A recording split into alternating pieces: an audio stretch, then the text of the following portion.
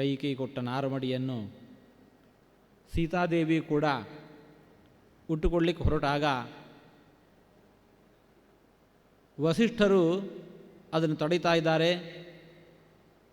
ಸೀತಾದೇವಿ ಕಾಡಿಗೆ ಹೋಗತಕ್ಕದ್ದಲ್ಲ, ಕೈಕೇಯಿ ಪಡೆದ ವರದಲ್ಲಿ ಸೀತಾದೇವಿಯ ವನವಾಸ ಸೇರಿಲ್ಲ.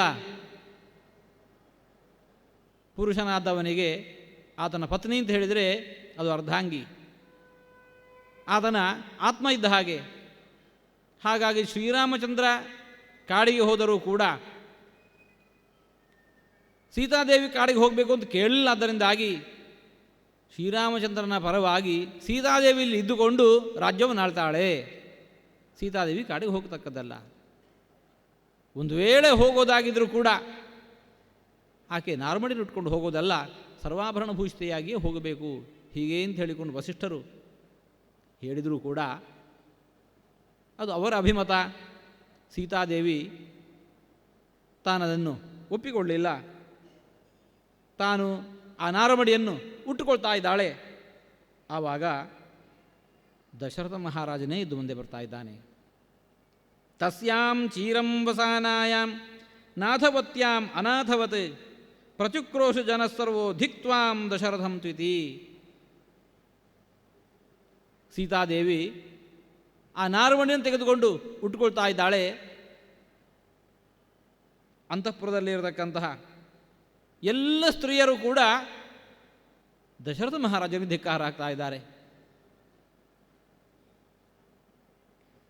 ಪಟ್ಟದ ಅರಸಿಯಾಗಿ ಮೆರೆಯಬೇಕಾಗಿರುವಂತಹ ಸೀತಾದೇವಿ ಆಕೆ ಇವತ್ತು ಒಬ್ಬ ಅನಾಥ ಸ್ತ್ರೀಯಂತೆ ನಾರುಮಣಿಯನ್ನು ಉಟ್ಟುಕೊಳ್ತಾ ಇದ್ದಾಳೆ. ಅದನ್ನು ನೋಡಿಯೂ ದಶರಥ ಮಹಾರಾಜ ಪ್ರತಿಕ್ರಿಯೆ ಕೊಡ್ತಾ ಇಲ್ಲ ಎಂಬ ಕಾರಣಕ್ಕೆ ದಶರಥ ಮಹಾರಾಜನ ಧಿಕ್ಕಾರ ಹಾಕ್ತಾ ಇದ್ದಾರೆ. ಇದನ್ನೆಲ್ಲ ಕಂಡಾಗ ದಶರಥ ಮಹಾರಾಜ ಎಚ್ಚೆತ್ತ. ತೇನ ತತ್ರ ಪ್ರಣಾದೇನ ದುಃಖಿತಸ್ಸ ಮಹೀಪತಿ ಚಿಚ್ಛೇದ ಜೀವಿತೇ ಶ್ರದ್ಧಾಂ ಧರ್ಮೇ ಯಶಸಿ ಚಾತ್ಮನಃ.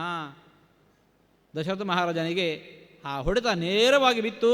ಎಲ್ಲರೂ ಸೇರಿಕೊಂಡು ತನಗೆ ಧಿಕ್ಕಾರ ಹಾಕ್ತಾ ಇದ್ದಾರೆ. ಇಲ್ಲ, ತನ್ನ ಬದುಕು ಇನ್ನೂ ಅರ್ಥಶೂನ್ಯ ಹಾಗೆ ಅಂತ ಬಗೆದ. ತನಗೆ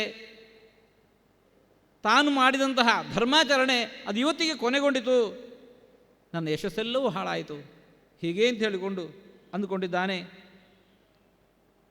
ಸನಿಶ್ವಸ್ಯ ಔಷ್ಣಂ ಐಕ್ಷ್ವಾಕಃ ತಾಂ ಭಾರ್ಯಾಮಿದಮಬ್ರವೀತ್ ಕೈಕೇಯಿ ಕುಶಚೀರೇಣ ನ ಸೀತಾ ಗಂತುಮರ್ಹತಿ. ದಶರಥ ಮಹಾರಾಜ ಅದಕ್ಕೆ ಪ್ರತಿಕ್ರಿಯಿಸ್ತಾ ಕೊಡ್ತಾ ಇದ್ದಾನೆ. ಕೈಕೇಯಿ ದೇವಿಗೆ ಆದೇಶ ಮಾಡಿದ, ಈ ನಾರುಮಡಿಯನ್ನು ಉಟ್ಟುಕೊಂಡು ಸೀತೆ ಕಾಡಿಗೆ ಹೋಗತಕ್ಕದ್ದಲ್ಲ. ಸುಕುಮಾರೀಚ ಬಾಲಾಚ ಸತತಂ ಚ ಸುಘೋಷಿತ ನೇಯಂ ವನಸ್ಯ ಯೋಗ್ಯತೆ ಸತ್ಯಮಾಹ ಗುರುರ್ಮಮ. ವಸಿಷ್ಠರು ಹೇಳಿರತಕ್ಕಂಥ ಮಾತೇನಿದೆ ಅದು ಯಥಾರ್ಥವಾಗಿರುವಂತಹದ್ದು. ಸೀತಾದೇವಿ ಕಾಡಿಗೆ ಹೋಗತಕ್ಕದ್ದಲ್ಲ. ಹಾಗಿರುವಾಗ ಕಾಡಿಗೆ ಒಂದು ವೇಳೆ ಹೋದದ್ದಾದರೂ ಕೂಡ ಹಾಗೆ ನಾರುಮಡಿಯನ್ನು ಉಟ್ಟುಕೊಂಡು ಹೋಗಬೇಕಂತಹ ಅವಶ್ಯಕತೆ ಇಲ್ಲ. ಆಕೆಗೆ ನಾರುಮಡಿಯನ್ನು ಕೊಟ್ಟದ್ದು ಸರಿಯಲ್ಲ.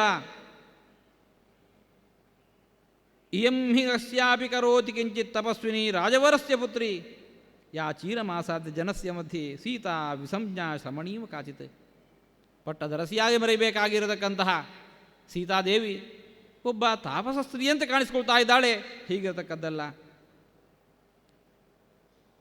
ಯಥಾಸುಖಂ ಗಚ್ಚತು ರಾಜಪುತ್ರಿ ವನಂ ಸಮಗ್ರ ಸಹ ಸರ್ವರತ್ನೈ.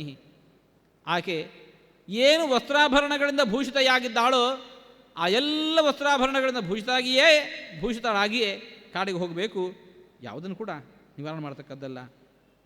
ಅಷ್ಟೇ ಅಲ್ಲ, ಅಜೀವನಾರ್ಹೇಣ ಮಯಾ ನೃಶಂಸ ಕೃತಾ ಪ್ರತಿಜ್ಞಾ ನಿಯಮೇನ ತಾವತ್ ತ್ವಯಾ ಹಿ ಬಾಲ್ಯಾತ್ ಪ್ರತಿಪನ್ನಮೇತತ್ ತನ್ಮಾದಹೇತ್ ವೇಣುಮಿವಾತ್ಮಪುಷ್ಪಂ ರಾಮೇಣ ಯದಿತೇ ಪಾಪೆ ಕಿಂಚಿತ್ ಕೃತಮಶೋಭನಂ ಅಪಕಾರ ಕ ಇಹತೆ ವೈದೇಹ್ಯಾದರ್ಶಿತೋಧಮೆ.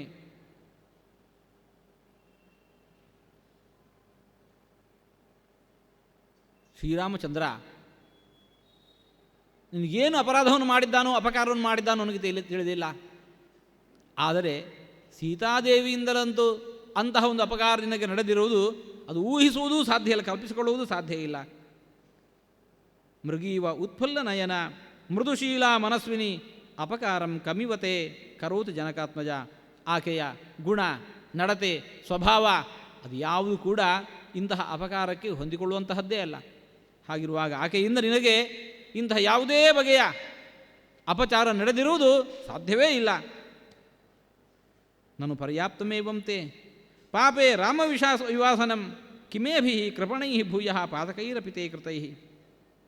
ಶ್ರೀರಾಮಚಂದ್ರನು ಕಾಡಿಗಟ್ಟಿದ್ದಿ, ಇದೇ ನಿನ್ನ ಪಾಪಕೃತ್ಯಕ್ಕೊಂದು ಸೀಮೆ ಆಗಿದ್ದಿರಬೇಕಿತ್ತು. ಆದರೆ ಅದನ್ನೂ ಉಲ್ಲಂಘಿಸಿ ಸೀತಾದೇವಿಯನ್ನೂ ಕಾಡಿಗೆ ಕಳುಹಿಸ್ತಾ ಇದ್ದಿ, ಅದೂ ನಾರಮಡಿಯನ್ನು ಇಟ್ಟುಕೊಳ್ಳುವಂತೆ. ಅದು ಎಲ್ಲೆಯನ್ನು ಕೂಡ ಮೀರಿದ್ದಾಗಿದೆ. ಪ್ರತಿಜ್ಞಾತಮ್ಮಯ ತಾವತ್ ತ್ವಯೋಕ್ತಂ ದೇವಿ ಶೃಣ್ವತ ರಾಮಂ ಯದಭಿಷೇಕಾಯ ತ್ವಮಿಹ ಆಗತಂ ಅಬ್ರವೀಹಿ ತತ್ವೇತತ್ ಸಮತಿಕ್ರಮ್ಯ ನಿರಯಂ ಗಂತುಮಿಚ್ಛಸಿ. ಆ ಶ್ರೀರಾಮಚಂದ್ರನಿಗೆ ಪಟ್ಟಾಭಿಷೇಕ ಆಗಬೇಕು ಅಂತ ಹೇಳಿಕೊಂಡು ನಾನು ಹೊರಡಿಸಿದ ಘೋಷಣೆಯನ್ನು ನೀನು ಕೇಳೇ ಇದ್ದಿ. ಆ ಒಂದು ಸಂಕಲ್ಪವನ್ನೇ ನೀನು ಮುರಿದು ಹಾಕಿದ್ದಿ. ಅವಶ್ಯವಾಗಿ ನಿನಗೆ ಮಹಾನರಕ ದೊರೆಯಲಿಕ್ಕಿದೆ. ಮೈಥಿಲೀಮಪಿ ಯಾಹಿತ್ವಂ ಈಕ್ಷಸೆ ಚೀರವಾಸಿನೀಂ ಅಂತಿರುವಲ್ಲಿ ಮಾಡಿದ ರಾಮಚಂದ್ರನನ್ನು ಕಾಡಿಗೆ ಕಳುಹಿಸಿದರ ಪಾಪದ ಫಲವಾಗಿಯೇ ನಿನಗೆ ಮಹಾನಿರೆಯಾಗಲಿಕ್ಕಿದೆ. ಇನ್ನು ಸೀತೆಯನ್ನು ಕಳುಹಿಸಿದಂತಂದರೆ ನಿನಗಾಗಬಹುದಾಗಿರತಕ್ಕಂಥ ಅನರ್ಥದ ಆ ಸೀಮೆಯೇ ಅದು ಊಹಿಸೋದು ಸಾಧ್ಯ ಇಲ್ಲ. ಈ ರೀತಿಯಾಗಿ ದಶರಥ ಮಹಾರಾಜ ಕೈಕೇಯಿಯನ್ನು ದೂಷಿಸ್ತಾ ಇದ್ದಾನೆ. ಅವಾಕ್ಷಿರ ಸಮಾಸೀನಂ ತಲೆ ಕೆಳಗೆ ಹಾಕ್ಕೊಂಡು ಕುಳಿತುಕೊಂಡಿದ್ದಾನೆ. ಶ್ರೀರಾಮಚಂದ್ರ ಇಂತಹ ದಶರಥ ಮಹಾರಾಜನನ್ನು ಕಂಡು ಅಂತ ಇದ್ದಾನೆ. ಹೊರಡನಿದ್ದಾನೆ ಶ್ರೀರಾಮಚಂದ್ರ. ಕೊನೆಯದಾಗೊಂದು ಪ್ರಾರ್ಥನೆಯನ್ನು ಮಾಡಿಕೊಳ್ತಾ ಇದ್ದಾನೆ.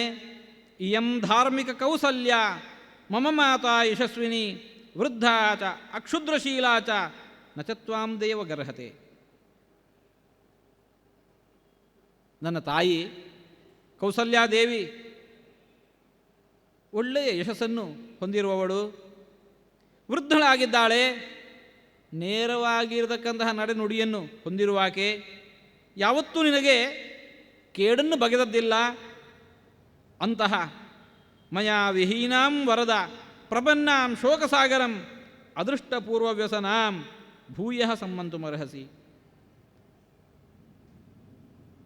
ವೃದ್ಧಳಾಗಿರ್ತಕ್ಕಂತಹ ನನ್ನ ತಾಯಿಯ ಜೊತೆಯಲ್ಲಿ ಇವತ್ತಿಂದ ನಾನಿಲ್ಲ ಆಕೆಯ ಜೊತೆಗೆ. ಇದೇ ಆಕೆಯನ್ನು ದಹಿಸತ್ತೆ. ನನ್ನ ವಿಯೋಗದ ಶೋಕ ಆಕೆಯನ್ನು ದಹಿಸತ್ತೆ. ಇಂತಹ ದುಃಖ ಆಕೆಗೆ ಹಿಂದೆಂದೂ ಆದುದಿಲ್ಲ. ವಿಶ್ವಾಮಿತ್ರರ ಜೊತೆಗೆ ಕಾಡಿಗೆ ಹೋದದ್ದಿದೆ. ಜೊತೆಯಲ್ಲಿ ವಿಶ್ವಾಮಿತ್ರರಿದ್ದರು, ಅವರ ಜವಾಬ್ದಾರಿಯಲ್ಲಿ ಕಳುಹಿ ಹೋದದ್ದಾಗಿದೆ. ಮತ್ತು ಅದೊಂದು ಶಿಕ್ಷೆಯ ರೂಪದಲ್ಲಿ ಹೋದದ್ದಲ್ಲ. ಆದರೆ ಇವತ್ತು ಹೋಗ್ತಾ ಇರತಕ್ಕಂತಹದ್ದು ಇಂತಹ ವಿಪರೀತ ನೆಲೆಯಲ್ಲಿ. ಹಾಗಾಗಿ ಆ ಕೌಸಲ್ಯಾದೇವಿಗೆ ಆಗತಕ್ಕಂತಹ ದುಃಖಕ್ಕೆ ಪಾರವೇ ಇಲ್ಲ. ಅಂತಹ ಆಕೆಯನ್ನು ದುಃಖ ಸಾಗರದಲ್ಲಿ ಮುಳುಗಿಸಬೇಡ. ಆಕೆ ಜೊತೆಗೆ ಆಕೆಯ ಮೇಲೆ ಸ್ವಲ್ಪ ದೃಷ್ಟಿಯನ್ನು ಇಟ್ಟಿರು. ಪುತ್ರ ಶೋಕಂ ಯಥಾನರ್ಚೇತ್ ತ್ವಯಾ ಪೂಜ್ಯೇನ ಪೂಜಿತ ಮಾಂ ಹಿ ಸಂಚಿಂತಯಂತಿ ಸಾ ತ್ವಯಿ ಜೀವೇ ತಪಸ್ವಿನಿ. ಪುತ್ರನ ವಿಯೋಗದ ದುಃಖ ಆಕೆಗೆ ಎಂದೂ ಆಗದಂತೆ ಆಕೆಯನ್ನು ನೋಡಿಕೊಳ್ಬೇಕು. ಇಮಾಂ ಮಹೇಂದ್ರೋಪಮ ಜಾತಗರ್ಧಿನೀಂ ತಥಾ ವಿಧಾತುಂ ಜನನೀಂ ಮಮಾರ್ಹಸಿ ಯಥಾ ವನಸ್ಥೆ ಮೈ ಶೋಕಕರ್ಷಿತ ನ ಜೀವಿತಂ ನ್ಯಸ್ಯ ಯಮಕ್ಷಯಂ ವ್ರಜೇದ್. ಒಂದೇ ಒಂದು ಮಾತನ್ನು ಶ್ರೀರಾಮಚಂದ್ರ ಕೊನೆಯಲ್ಲಿ ಹೇಳ್ತಾ ಇದ್ದಾನೆ. ನನ್ನ ವಿಯೋಗದ ದುಃಖ ಅದು ಆಕೆಯಲ್ಲಿ ಮಾಡತಕ್ಕಂತಹ ಪರಿಣಾಮ ಅದಿಷ್ಟು ಮಹತ್ತರವಾಗಿರುತ್ತೆ. ನನ್ನ ವಿಯೋಗದಿಂದ ಆ ದುಃಖದಿಂದ ಆಕೆ ಪ್ರಾಣವನ್ನೇ ಕಳಕೊಂಡಾಳು. ನಾಳೆ ನಾನು ವನವಾಸ ವ್ರತವನ್ನು ಮುಗಿಸಿಕೊಂಡು ಮರಳುವ ಹೊತ್ತಿಗೆ ಇಂತಹ ಒಂದು ಸುದ್ದಿಯನ್ನು ನಾನು ಕೇಳುವಂತಾಗಬಾರದು. ಹಾಗಾಗದಂತೆ ನೀನು ಆಕೆಯನ್ನು ನೋಡಿಕೊಳ್ಳಬೇಕು. ಹೀಗೆ ಅಂತ ಹೇಳಿಕೊಂಡು ಶ್ರೀರಾಮಚಂದ್ರ ದಶರಥ ಮಹಾರಾಜನಲ್ಲಿ ಕೊನೆಯದಾಗಿ ಕೇಳ್ಕೊತಾ ಇದ್ದಾನೆ. ಶ್ರೀರಾಮಚಂದ್ರನ ಮಾತನ್ನು ಕೇಳಿದ ಆ ದಶರಥ ಮಹಾರಾಜನಿಗೆ ಹೃದಯಕ್ಕೆ ಬಹುವಾದ ವೇದನೆಯಾಯಿತು. ನೈನಂ ದುಃಖೇನ ಸಂತಪ್ತಃ ಪ್ರತ್ಯವೈಕ್ಷತ ರಾಘವಂ ನಚೈನಂ ಅಭಿಸಂಪ್ರೇಕ್ಷ್ಯ ಪ್ರತ್ಯಭಾಷತ ದುರ್ಮನಃ. ದಶರಥ ಮಹಾರಾಜನಿಗೆ ತಾನು ಕೈಗೊಂಡ ಅಥವಾ ತಾನು ಯಾವ ದುಃಖಕ್ಕೆ ಕಾರಣನಾಗಿದ್ದೇನೆ ಅದರಿಂದಾಗಿ ಕೌಸಲ್ಯಾದೇವಿಗೆ ಒದಗಬಹುದಾಗಿರತಕ್ಕಂಥ ದುರವಸ್ಥೆ ಅದು ಇಂತಹದ್ದು ಅಂತ ಹೇಳಿಕೊಂಡು ತನಗೆ ಅತ್ಯಂತ ಪ್ರಿಯನಾಗಿರತಕ್ಕಂಥ ರಾಮಚಂದ್ರನ ಮುಖದಿಂದ ಕೇಳುವಾಗ ಬಹುವಾಗಿ ವೇದನೆಯಾಗಿದೆ. ಮುಹೂರ್ತಮಿವ ಅಸಂಜ್ಞ ದುಃಖಿತಶ್ಚ ಮಹೀಪತಿ ವಿಲಲಾಪ ಮಹಾಬಾಹು ರಾಮಮೇವ ಅನುಚಿಂತೆಯನ್ನು. ರಾಮನ ಕುರಿತಾಗಿ ತಾನು ನಡ್ಕೊಂಡ ರೀತಿಯಿಂದ ಚಿಂತೆಗೊಳಗಾಗ್ತಾ ಬಹುವಾಗಿ ದುಃಖಿಸಿದ್ದಾನೆ ಅಂತ ಇದ್ದಾನೆ. ಇಂಥ ಪಾಪಗಳೆಲ್ಲ ನನ್ನಿಂದ ಇವತ್ತು ಘಟಿಸ್ತಾ ಇದ್ದಾವೆ ಅಂತಂದರೆ ನಾನು ಮಾಡಿದ್ದಿರಬಹುದಾಗಿ ಇರತಕ್ಕಂಥ ಪಾಪ ಕಾರ್ಯಗಳು ಅವು ಏನೆಲ್ಲ ಬಗೆಯಲ್ಲಿ ಮಾಡಿದ್ದೇನೋ ಅದೆಷ್ಟು ಮಾಡಿದ್ದೇನೋ ಅಂದ್ಕೊಳ್ತಾ ಇದ್ದಾನೆ. ಮನ್ಯೇ ಖಲು ಮಯಾ ಪೂರ್ವಂ ವಿವತ್ಸ ಬಹವಃ ಕೃತಾಃ. ಅದೆಷ್ಟು ಮಂದಿ ತಾಯಂದಿರ ಮಕ್ಕಳನ್ನು ಆ ತಾಯಿ ಮಕ್ಕಳಿಗೆ ವಿಯೋಗವಾಗುವಂತೆ ನೋಡಿಕೊಂಡಿದ್ದೇನೋ ಇವತ್ತು ಮತ್ತೆ ಪುನಃ ನನ್ನ ಕೈಯಿಂದ ಘಟಿಸ್ತಾ ಇದೆ. ನನಗೂ ಕೂಡ ನನ್ನ ಮಗನಿಂದ ವಿಯೋಗವಾಗ್ತಾ ಇದೆ. ಪ್ರಾಣಿನೋ ಹಿಂಸಿತಾವಾಪಿ ತನ್ಮಾಮಿದಮುಪಸ್ಥಿತಂ. ಪ್ರಾಣಿಗಳನ್ನು ಬಹುವಾಗಿ ನಾನು ದುಃಖಕ್ಕೀಡು ಮಾಡಿದ್ದಿರಬೇಕು. ಆದ್ದರಿಂದಾಗಿಯೇ ಇವತ್ತು ನಾನು ಅದಕ್ಕೆ ಪ್ರತಿಫಲವಾಗಿ ನಾನೂ ದುಃಖವನ್ನು ಅನುಭವಿಸ್ತಾ ಇದ್ದೇನೆ.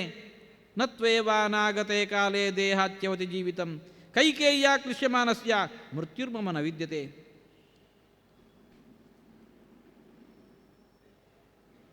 ಈ ಎಲ್ಲ ದುಃಖಗಳಿಗೂ ಮೂಲ ಕಾರಣ ಇವತ್ತು ಕೈಕೇಯಿ ದೇವಿ. ಆಕೆ ನೀಡಿರತಕ್ಕಂಥ ಇಂತಹ ದುಃಖದಿಂದಾಗಿ ಇವತ್ತು ನನ್ನ ಪ್ರಾಣತ್ಯಾಗ ನಡೆದು ಹೋಗಬೇಕಾಗಿತ್ತು. ಆದರೇನು ಮಾಡೋಣ, ನಾವಂದುಕೊಂಡ ಹಾಗೆ ಅಂದುಕೊಂಡಾಗೆಲ್ಲ ನಡೆಯೋದಿಲ್ಲ. ಅದಕ್ಕೂ ಭಾಗ್ಯ ಬೆಳೆದಿರಬೇಕು. ಇಂಥ ದುಃಖವನ್ನು ಸಹಿಸಿಕೊಂಡು ನಾನು ಇನ್ನೂ ಬದುಕಿದ್ದೇನೆ, ಇದು ಆಶ್ಚರ್ಯ ಅಂತ ಅಂದ್ಕೋತಾ ಇದ್ದಾನೆ. ಯೋಹಂ ಪಾವಕ ಸಂಕಾಶಂ ಪಶ್ಯಾಮಿ ಪುರತಸ್ಥಿತಂ ವಿಹಾಯ ವಸನೆ ಸೂಕ್ಷ್ಮಿ ತಾಪಸಾಚ್ಛಾದಮಾತ್ಮಜಂ. ಏನು ದೊಡ್ಡ ದುಃಖ. ಶ್ರೀರಾಮಚಂದ್ರ ಯುವರಾಜನಾಗಿ ನಾಳಿದನ ಪಟ್ಟ ಏರಬೇಕಾಗಿರತಕ್ಕಂಥ ಶ್ರೀರಾಮಚಂದ್ರ ಪೀತಾಂಬರವನ್ನೆಲ್ಲ ತೆಗೆದು ಬದಿಗಿಟ್ಟು ಆ ನಾರುಮಡಿನುಟ್ಟು ನಿಂತಿದ್ದಾನೆ. ಈ ಒಂದೇ ಒಂದು ನೋಟ ಸಾಕು ನನ್ನ ಹೃದಯ ಒಡೆದು ನನಗೆ ಸಾವು ಸಮೀಪಿಸಲಿಕ್ಕೆ. ಯಾಕೋ ಅದು ನನಗೆ ದೊರಕ್ತಾ ಇಲ್ಲ. ಏಕಸ್ಯಾ ಖಲು ಕೈಕೇಯ್ಯಾ ಕೃತೇಯಂ ಖಿದ್ಯತೆ ಜನಃ ಸ್ವಾರ್ಥೇ ಪ್ರಯತಮಾನಾಯ ಸಂಶ್ರಿತ್ಯ ನಿಕೃತಿಂ ತ್ವಿಮಾಂ.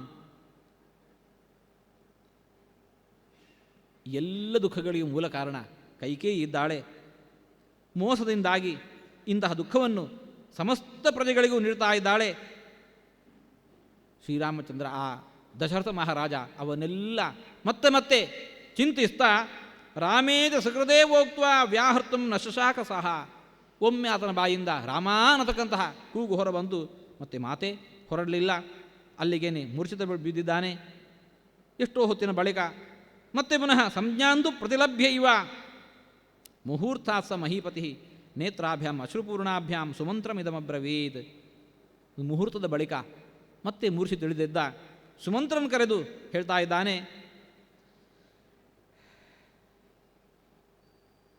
ಸುಮಂತ್ರ, ಆ ರಥವನ್ನು ತೆಗೆದುಕೊಂಡು ಬಾ.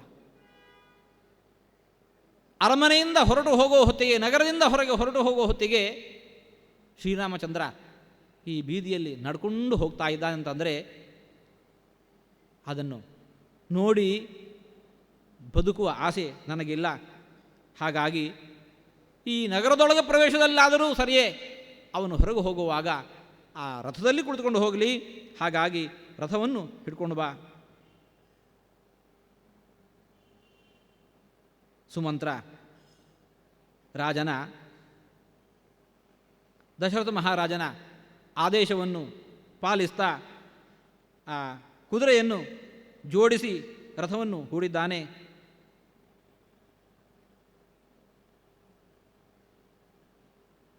ದಶರಥ ಮಹಾರಾಜ ರಾಜ ಸತ್ವರ ಮಾಹೂಯ ವ್ಯಾಪೃತಂ ವಿತ್ತ ಸಂಚಯೇ ಉವಾಚ ದೇಶಕಾಲಜ್ಞ ನಿಶ್ಚಿತಂ ಸರ್ವತ ಶುಚಿ ವಾಸಾಂಸಿ ಚ ವರಾರ್ಹಾಣಿ ಭೂಷಣಾನಿ ಮಹಾಂತಿ ಚ ವರ್ಷಾಣ್ಯೇತಾನಿ ಸಂಖ್ಯಾಯ ವೈದೇಹ್ಯಾ ಕ್ಷಿಪ್ರಮಾನಯ. ಕೋಶಾಧ್ಯಕ್ಷರನ್ನು ಕರೆದು ಹೇಳ್ತಾ ಇದ್ದಾನೆ, ಸೀತಾದೇವಿಗೆ ಬೇಕಾಗಿರತಕ್ಕಂತಹ ಉಡುಗೆ ತೊಡುಗೆಗಳನ್ನೆಲ್ಲವನ್ನು ಕೂಡ ನೀಡಬೇಕು. ಇವತ್ತಿನಿಂದ 14 ವರ್ಷ ಅಂತ ಹೇಳಿದರೆ 1 ವರ್ಷಕ್ಕೆ ಬೇಕಾಗಿರತಕ್ಕಂತಹ ವಸ್ತ್ರಗಳು, ಒಡವೆಗಳು ಏನು ಬೇಕೋ 14 ವರ್ಷಕ್ಕೆ ಅದರಿಂದ ಗುಣಿಸಿ ಅಷ್ಟು ವರ್ಷಕ್ಕೆ ಏನೆಲ್ಲ ವಸ್ತ್ರಗಳು ಒಡವೆಗಳು ಬೇಕೋ ಅವೆಲ್ಲವನ್ನು ಕೂಡ ಆ ಗಾಡಿಯಲ್ಲಿ ಹೇರು. ವರ್ಷಾಣ್ಯೇತಾನ ಸಂಖ್ಯಾಯ ವೈದೇಹ್ಯ ಕ್ಷಿಪ್ರಮಾನಯ, ಅವೆಲ್ಲ ತೆಗೆದುಕೊಂಡು ಬಂದು ಆ ರಥದಲ್ಲಿ ಹಾಕು. ನರೇಂದ್ರೇಣ ಇವ ಮುಕ್ತಸ್ತು ಗತ್ವಾ ಕೋಶಗೃಹಂ ತತಃ ಪ್ರಾಯಚ್ಛತ್ ಸರ್ವಮಾದಾಯ ಸೀತಾಯೈ ಕ್ಷಿಪ್ರಮೇವ ತತ್. ಕೋಶಾಧ್ಯಕ್ಷ ಅಲ್ಲಿಗೆ ಹೋಗಿ ಅವೆಲ್ಲ ತಗೊಂಬಂದು ಸೀತಾದೇವಿಗೆ ಸಮರ್ಪಿಸಿದ್ದಾನೆ. ಸೀತಾದೇವಿ ಅವೆಲ್ಲವನ್ನು ಕೂಡ ಸ್ವೀಕರಿಸಿಕೊಂಡು ಭೂಷಯಾಮಾಸ ಗಾತ್ರಾಣಿ ತೈ ವಿಚಿತ್ರೈ ವಿಭೂಷಣೈ, ತಂದಿರತಕ್ಕಂತಹ ಆ ಒಡವೆಗಳನ್ನು ತಾನು ಧರಿಸಿಕೊಂಡಿದ್ದಾಳೆ.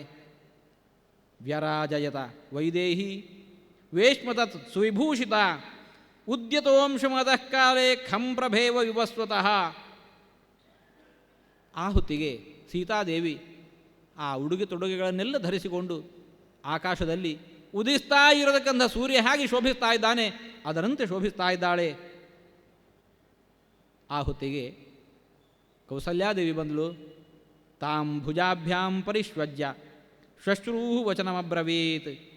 ಕೌಸಲ್ಯಾದೇವಿ ಇಂತಹ ಸೀತಾದೇವಿಯನ್ನು ಬರಸೆಳೆದು ಆಲಂಗಿಸಿಕೊಂಡು ಕೆಲವು ಹಿತೋಕ್ತಿಗಳನ್ನು ಅಂತಾ ಇದ್ದಾಳೆ. ಅನಾಚರಂತೀಂ ಕೃಪಣಂ ಮೂರ್ಧ್ಯುಪಾಘ್ರಾಯ ಮೈಥಿಲೀಂ. ಆಕೆಯನ್ನು ನಿತ್ಯಲ್ಲಿ ಆಘ್ರಾಣಿಸಿ ಅಸತ್ಯ ಸರ್ವಲೋಕೇಸ್ಮಿನ್ ಸತತಂ ಸತ್ಕೃತಾ ಪ್ರಿಯೈ ಭರ್ತಾರಂ ನಾನು ಮನ್ಯಂತೆ ವಿನಿಪಾತಗತಂ ಸ್ತ್ರೀಯ. ಲೋಕದಲ್ಲಿ ದುಷ್ಟ ಸ್ತ್ರೀಯರೂ ಇರ್ತಾರೆ, ಉತ್ತಮ ಸ್ತ್ರೀಯರೂ ಇರ್ತಾರೆ. ದುಷ್ಟ ಸ್ತ್ರೀಯರು ಹೇಗೆ ನಡ್ಕೋತಾರೆ, ಉತ್ತಮ ಸ್ತ್ರೀಯರು ಹೇಗೆ ನಡ್ಕೋತಾರೆ. ದುಷ್ಟರು ಈ ಲೋಕದಲ್ಲಿ ತಮ್ಮ ಪತಿಯಿಂದ ಕಾಲಕಾಲಕ್ಕೆ ಸತ್ಕೃತರಾಗಿದ್ದು ಯಾವಾಗ ಒಮ್ಮೆ ಆತನಿಗೆ ಅನನುಕೂಲತೆಗಳು ಒದಗ್ತಾವೋ ಆ ಹೊತ್ತಿಗೆ ಅಂತಹ ಪತಿಯನ್ನು ಪರಿತ್ಯಾಗ ಮಾಡಿಬಿಡ್ತಾರೆ. ಏಷ ಸ್ವಭಾವೋ ನಾರೀಣಾಂ ಅನುಭೂಯ ಪುರಾ ಸುಖಂ ಅಲ್ಪಾಮಪ್ಯಾವದಂ ಪ್ರಾಪ್ಯ ದುಷ್ಯಂತಿ ಪ್ರಜಹತ್ಯಪಿ. ದುಷ್ಟ ಸ್ತ್ರೀಯರು ತಮ್ಮ ಪತಿಯಿಂದ ತಾವು ಎಲ್ಲ ಉಪಯೋಗಗಳನ್ನೂ ಪಡ್ಕೊಂಡು ಯಾವಾಗ ಸ್ವಲ್ಪವೇ ಸ್ವಲ್ಪ ಆಪತ್ತಿಗೆ ಒಳಗಾದ ಅಂತಾದರೆ ಇಂತಹ ತಮ್ಮ ಪತಿಗೆ ತಮಗೆ ಬೇಡ ಅಂತ ಹೇಳಿಕೊಂಡು ಅವರಿಂದ ದೂರ ಆಗ್ತಾ ಇದ್ದಾರೆ. ಅಸತ್ಯಶೀಲಾ ವಿಕೃತಾ ದುರ್ಗಾ ಅಹೃದಯ ಸದಾ ಅಸತ್ಯ ಪಾಪಸಂಕಲ್ಪಾ ಕ್ಷಣಮಾತ್ರ ವಿರಾಗಿಣ. ಅವರೊಳಗೆ ಪತಿಯ ಕುರಿತಾಗಿ ರಾಗವೇ ಇರೋದಿಲ್ಲ. ತಮ್ಮ ಪತಿಯಿಂದ ತಮಗೆ ದೊರಕಬಹುದಾಗಿರತಕ್ಕಂತಹ ಸುಖ ಸಂಪತ್ತು ಏನಿದೆ ಅದನ್ನು ಮಾತ್ರ ಬಯಸಿದವರಾಗಿರ್ತಾರೆ. ಆ ಹೊತ್ತಿಗೆ ನ ಕುಲಂ ನ ಕೃತಂ ವಿದ್ಯಾ ನ ದತ್ತಂ ನಾಪಿ ಸಂಗ್ರಹ ಸ್ತ್ರೀಣಾಂ ಗೃಹ್ಣಾತಿ ಹೃದಯಂ ಅನಿತ್ಯ ಹೃದಯಾಹಿತಾ. ತಾವು ಯಾವ ಕುಲದಲ್ಲಿ ಬಂದವರು, ತಮ್ಮ ಕುಲದ ಹಿರಿಯರು ಯಾವ ರೀತಿ ನಡ್ಕೊಂಡಿದ್ದಾರೆ, ತಾವು ಪಡೆದಿರತಕ್ಕಂತಹ ವಿದ್ಯೆ ಏನು, ಇದು ಒಂದನ್ನು ಕೂಡ ನೆನಪಿಸಿಕೊಳ್ಳೋದಿಲ್ಲ. ಅವರ ಹೃದಯ ಅತಿ ದುರ್ಬಲವಾಗಿರತ್ತೆ. ಆದರೆ ಸತ್ಸ್ತ್ರೀಯರು ಅವರ ನಡತೆ ಹೇಗಿರತ್ತೆ? ಸಾಧ್ವೀನಾಂತು ಸ್ಥಿತಾನಾಂತು ಶೀಲೆ ಸತ್ಯೆ ಶ್ರುತೆ ಸ್ಥಿತೆ ಸ್ತ್ರೀಣಾಂ ಪವಿತ್ರಂ ಪರಮಂ ಪತಿರೇಕೋ ವಿಶಿಷ್ಯತೆ. ಅದೇ ಉತ್ತಮ ಸ್ತ್ರೀಯರು. ಅವರ ನಡವಳಿಕೆ ಉತ್ತಮವಾದದ್ದಾಗಿ ಇರತ್ತೆ. ಒಳ್ಳೆಯ ಶೀಲವಂತರಾಗಿರ್ತಾರೆ, ಸತ್ಯದಲ್ಲಿರ್ತಾರೆ. ತಾವು ಈ ತನಕ ಏನು ಸಚ್ಛಾಸ್ತ್ರ ಶ್ರವಣ ಮಾಡಿದ್ದಾರೆ ಅದರ ನೆಲೆಯಲ್ಲಿ ಅದಕ್ಕನುಗುಣವಾಗಿ ನಡ್ಕೋತಾ ಇದ್ದಾರೆ. ಅಂತಹ ಸ್ತ್ರೀಯರಿಗೆ ಪತಿ ಅನ್ನತಕ್ಕಂತಹವನು ಯಾವುದೇ ಅವಸ್ಥೆಯಲ್ಲಿದ್ದರೂ ಕೂಡ ಅವನು ದೈವತನಾಗಿರ್ತಾನೆ. ಹೀಗೆ ಹೇಳಿರತಕ್ಕಂತಹ ಕೌಸಲ್ಯಾದೇವಿ ಮತ್ತೊಂದು ಮಾತನಂತ ಇದ್ದಾಳೆ. ಸತ್ವಯ ನಾವಮಂತವ್ಯ ಪುತ್ರ ಪ್ರವ್ರಾಜಿತೋವನಂ ತವದೇವ ಸಮಸ್ತ್ವೇಷ ನಿರ್ಧನ ಸಧನೋಪಿ ಬಾ. ಸೀತಾ, ನಿನ್ನ ಪತಿಯಾಗಿರತಕ್ಕಂತಹ ಶ್ರೀರಾಮಚಂದ್ರ ಯಾವುದೇ ಸ್ಥಿತಿಯಲ್ಲಿ ಇರಲಿ ಅಂತಹ ದುಷ್ಟ ಸ್ತ್ರೀಯರಂತೆ ನೀನು ಆತನನ್ನು ಅವಮಾನಪಡಿಸುವವಳಲ್ಲ. ನಾವು ಮಂತವ್ಯ ಕಾಡಿಗೆ ಹೊರಡಂದಿದ್ದಾನೆ. ತವ ದೇವ ಸಮಸ್ವೇಷ, ನಿನಗೆ ದೇವರ ಸಮಾನನಾಗಿದ್ದಾನೆ. ಅವನು ನಿರ್ಧನನಾಗಿರಲಿ ಧನಿಕನೇ ಆಗಿರಲಿ, ನಿನ್ನ ಪತಿಯನ್ನು ಆ ರೀತಿ ನೋಡಿಕೋ. ವಿಜ್ಞಾಯ ವಚನಂ ಸೀತಾ ತಸ್ಯಾಹ ಧರ್ಮಾರ್ಥ ಸಂಹಿತಂ ಕೃತಾಂಜಲಿ ಮುವಾಚೇದಂ ಶ್ವಶ್ರೂ ಅಭಿಮುಖೇ ಸ್ಥಿತ. ಸೀತಾದೇವಿ ತನ್ನ ಅತ್ತೆಯಿಂದ ಇಂತಹ ಉಪದೇಶಗಳನ್ನು ಪಡ್ಕೊಂಡವಳು ಕೌಸಲ್ಯಾದೇವಿಗೆ ಅಭಿಮುಖಳಾಗಿ ನಿಂತುಕೊಂಡು ಕೈ ಜೋಡಿಸಿ ಪ್ರತ್ಯುತ್ತರ ನೀಡ್ತಾ ಇದ್ದಾಳೆ. ಕರಿಷ್ಯೇ ಸರ್ವಮೇವಾಹಂ ಆರ್ಯ ಯದನುಶಾಸ್ತಿ ಮಾಂ. ಹಿರಿಯರಾಗಿರತಕ್ಕಂಥ ತಾವು ನನಗೇನು ಅನುಶಾಸನ ಮಾಡ್ತಾ ಇದ್ದೀರೋ ಅದರಂತೆ ನಾನು ನಡ್ಕೋತೇನೆ ಅಂತ ಹೇಳಿಕೊಂಡು ಕೊಟ್ಟಿರೋ ಆದೇಶವನ್ನು ಶಿರಸಾವಹಿಸಿದ್ದಾಳೆ. ಅಂತ ಇದ್ದಾಳೆ, ಅಭಿಜ್ಞಾಸ್ಮಿ ಯಥಾ ಭರ್ತು ವರ್ತಿತವ್ಯಂ ಶ್ರುತಂಚಮೆ ನಮಾಂ ಅಸಜ್ಜನೇ ನಾರ್ಯ ಸಮಾನಯಿತುಮರ್ಹತಿ. ಅಮ್ಮ, ಅಸಜ್ಜ ಸ್ತ್ರೀಯರಂತೆ ನಾನಿರೋದಿಲ್ಲ. ಪತಿಯ ಜೊತೆಗೆ ಯಾವ ಕಾಲಕ್ಕೂ ತಾನು ಹೇಗೆ ನಡ್ಕೊಳ್ಬೇಕು ಅನ್ನೋದನ್ನು ನನಗೆ ಹಿರಿಯರು ಬೋಧಿಸಿದವರಿದ್ದಾರೆ. ಧರ್ಮಾತ್ ವಿಚಲಿತುಂ ನಾಹಂ ಅಲಂ ಚಂದ್ರಾದಿವ ಪ್ರಭಾ ನಾತಂತ್ರೀಯೈ ವಾದ್ಯತೆ ವೀಣ ನಾಚಕ್ರೋ ವಿದ್ಯತೆ ರಥಃ ನಾಪತಿ ಸುಖಮೇಧೇತ ಯಾಸ್ಯಾದಪಿ ಶತಾತ್ಮಜ. ಯಾವ ಸ್ಥಿತಿಯಲ್ಲಿಯೂ ಕೂಡ ಧರ್ಮದ ದಾರಿಯನ್ನು ಬಿಟ್ಟು ನಡೆಯುವವಳು ನಾನಲ್ಲ. ತಂತಿ ವಾದ್ಯ ಇರತ್ತೆ, ಆ ವಾದ್ಯ ತಂತಿರಹಿತವಾಗಿ ಇತ್ತುಂದಾದರೆ ವಾದ್ಯ ಅಂತ ಅನಿಸುತ್ತೇನು? ರಥಕ್ಕೆ ಚಕ್ರ ಬಹು ಮುಖ್ಯ, ಚಕ್ರವೇ ಇಲ್ಲದೆ ಹೋದರೆ ರಥ ಮುಂದುವರಿಯುತ್ತೇನು? ಹೇಗದು ಸಾಧ್ಯವಿಲ್ಲೋ, ಶ್ರೀರಾಮಚಂದ್ರನಿಂದ ಪತಿಯಿಂದ ವಿಯುಕ್ತಳಾಗಿ ನಾನಿರುವಂತಹದ್ದು ಕೂಡ ಅದು ಎಂದೆಂದಿಗೂ ಸಾಧ್ಯ ಇಲ್ಲ. ಒಬ್ಬ ಸ್ತ್ರೀಯಾದವಳಿಗೆ 100 ಮಂದಿ ಮಕ್ಕಳಿದ್ದಿರಬಹುದು, ಆದರೆ ಆ 100 ಮಂದಿ ಮಕ್ಕಳಿಗಿಂತಲೂ ಕೂಡ ಒಬ್ಬ ಪತಿ ಅನ್ನತಕ್ಕಂಥವನು ಶ್ರೇಷ್ಠನಾಗ್ತಾನೆ. ಯಾಕೆಂತಂದರೆ ಇತರೆಲ್ಲರೂ ಕೂಡ ಏನೇ ಕೊಟ್ಟರೂ ಕೂಡ ಅವರು ಬಂಧುಗಳು ಏನು ಕೊಟ್ಟರು ಕೂಡ ಅದು ಮಿತವಾದದ್ದಾಗಿರುತ್ತೆ. ಮಿತಂ ದದಾತಿ ಹಿ ಪಿತಾ, ತಂದೆಯಾದವನು ಅನುಕೂಲನಾಗಿರ್ತಾನೆ, ಆದರೆ ಅವನು ಕೊಡುವಂತಹದ್ದಕ್ಕೆ ಒಂದು ಮಿತಿ ಅಂತ ಅನ್ನತಕ್ಕಂಥದ್ದಿದೆ. ಮಿತಂ ಭ್ರಾತ ಮಿತಂ ಸುತಃ, ಆದರೆ ಅಮಿತಸ್ಯತು ದಾತಾರಂ ಭರ್ತಾರಂ ಕಾನ ಪೂಜಯೇತ್. ಪತಿಯಾದವನು ಕೊಡುವಂತಹ ಸುಖವೋ ಸಂತೋಷವೋ ಏನಿದೆ ಅದಕ್ಕೆ ಮಿತಿನೇ ಇಲ್ಲ. ಇತರೆಲ್ಲ ಬಂಧುವರ್ಗದವರು ಕೊಡುವಂತಹದ್ದಕ್ಕೆ ಮಿತಿ ಇದೆ, ಪತಿಯಾದವನು ಕೊಡುವಂತಹ ಸುಖ ಸಂತೋಷಕ್ಕೆ ಮಾತ್ರ ಮಿತಿ ಇಲ್ಲ. ಹಾಗಾಗಿ ಅಂತಹ ಪತಿಯನ್ನು ಸದಾಕಾಲ ನಾನು ಪೂಜಿಸ್ತೇನೆ. ಈ ರೀತಿಯಾಗಿ ಆ ಸೀತಾದೇವಿ ಕೌಸಲ್ಯಾದೇವಿ ಜೊತೆಗೆ ನಿವೇದಿಸಿಕೊಳ್ತಾ ಪ್ರಾರ್ಥನೆ ಮಾಡಿಕೊಳ್ತಾ ಇದ್ದಾಳೆ. ಶ್ರೀರಾಮಚಂದ್ರ ಸಂವಾಸಾತ್ ಪರುಷಂ ಕಿಂಚಿತ್ ಅಜ್ಞಾನಾದಪಿ ಯತ್ ಕೃತಂ ತನ್ಮೇ ಸಮುಪಜಾನೀತ ಸರ್ವಾಶ್ಚ ಆಮಂತ್ರಯಾಮಿ ವಹ. ವಚನಂ ರಾಘವಸ್ಯೈದದ್ ಧರ್ಮಯುಕ್ತಂ ಸಮಾಹಿತಂ ಶುಶ್ರೂಸ್ತಾ ಸ್ತ್ರೀಯಸ್ಸರ್ವಾ ಶೋಕೋಪಥ ಚೇತಸಃ. ಸೀತಾದೇವಿ ಅತ್ತೆ ಜೊತೆಗೆ ಮಾತುಗಳನ್ನು ಕೇಳಿ ಆಕೆಗೆ ವಚನ ಇತ್ತಿದ್ದಾಳೆ. ಶ್ರೀರಾಮಚಂದ್ರ ಕೊನೆಯ ಬಾರಿಗೆ ದಶರಥ ಮಹಾರಾಜನ ಎಲ್ಲ ಅಂತಃಪುರದ ಸ್ತ್ರೀಯರು 350 ಮಂದಿ ಸ್ತ್ರೀಯರಿದ್ದಾರೆ. ದಶರಥ ಮಹಾರಾಜನ ಭಾರ್ಯೆಯರು, ತನಗೆ ತಾಯಿಯ ಸಮಾನರಾಗಿರುವವರು, ಅವರೆಲ್ಲರ ಮುಂದೆ ಕೈ ಮುಗಿದು ನಿಂತುಕೊಂಡು ನಿವೇದಿಸಿಕೊಳ್ತಾ ಇದ್ದಾನೆ. ಇಷ್ಟು ದಿನ ತಮ್ಮ ಜೊತೆಗೆ ವಾಸ ಮಾಡುವಾಗ ಸ್ನೇಹದಿಂದಲೋ ಪ್ರೀತಿಯಿಂದಲೋ ಏನಾದರೂ ಕಠೋರವಾಗಿರತಕ್ಕಂಥ ಮಾತುಗಳನ್ನು ನಿಮ್ಮ ಬಳಿ ನಾನು ಆಡಿದ್ದಾದರೆ, ಅಥವಾ ಕಠೋರವಾಗಿ ಯಾವುದೋ ವರ್ತನೆಯನ್ನು ನಾನು ನಿಮ್ಮ ಬಳಿಯಲ್ಲಿ ತೋರಿಸಿದ್ದಾದರೆ ಅವೆಲ್ಲವನ್ನೂ ಕೂಡ ಮರೆತು ಬಿಡಿ, ನನ್ನ ಜೊತೆಗೆ ಸ್ನೇಹದಿಂದಿರಿ ಹೀಗೆ ಅಂತ ಹೇಳಿಕೊಂಡು ಆ ಎಲ್ಲ ಸ್ತ್ರೀಯರಿಗೆ ಶ್ರೀರಾಮಚಂದ್ರ ಕೈ ಮುಗಿದು ನಮಿಸಿ ಕೇಳ್ಕೊಳ್ತಾ ಇದ್ದಾನೆ. ಹಾಗೆ ಹೇಳಿ ಶ್ರೀರಾಮಚಂದ್ರನೇನು ಹೊರಡಬೇಕು. ಶ್ರೀರಾಮಚಂದ್ರನ ಮಾತನ್ನು ಕೇಳಿರತಕ್ಕಂತಹ ಎಲ್ಲ ಸ್ತ್ರೀಯರು ಕೂಡ ಅತ್ಯಂತ ಶೋಕಕ್ಕೊಳಗಾಗಿ ಆ ದಶರಥ ಮಹಾರಾಜನೂ ಕೂಡ ಅದಕ್ಕೆ ಸೇರಿಕೊಂಡು ಅಳ್ತಾ ಇದ್ದಾರೆ ಎಂಬಲ್ಲಿಗೆ ಇವತ್ತಿನ ಪ್ರವಚನವನ್ನು ಮುಕ್ತಾಯಗೊಳಿಸ್ತಾ ಇದ್ದೇವೆ. ಕೃಷ್ಣಾರ್ಪಣಮಸ್ತು.